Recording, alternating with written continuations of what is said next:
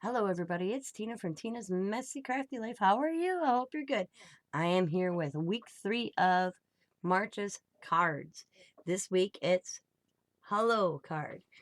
And this is what I made. Just this note to say hello. It's got this funky little, I think she looks like 60-ish. And then some, like the flower child. That's why I put a flower. I used some of this packaging. I thought I recycled this one because this is packaging. That's packaging.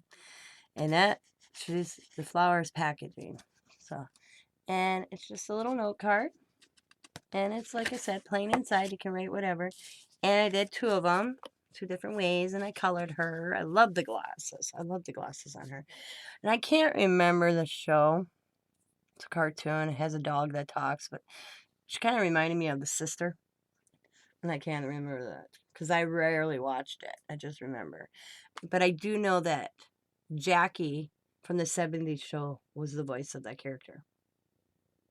I can't think of it. But so them are my hello cards. Just a note to say hello. Very simple little cards. Just write a note, put it in like if you're sending a package out, you can just write in it. So there we go. Them are my just say hello cards. I hope you like watching these videos and seeing us make these cards.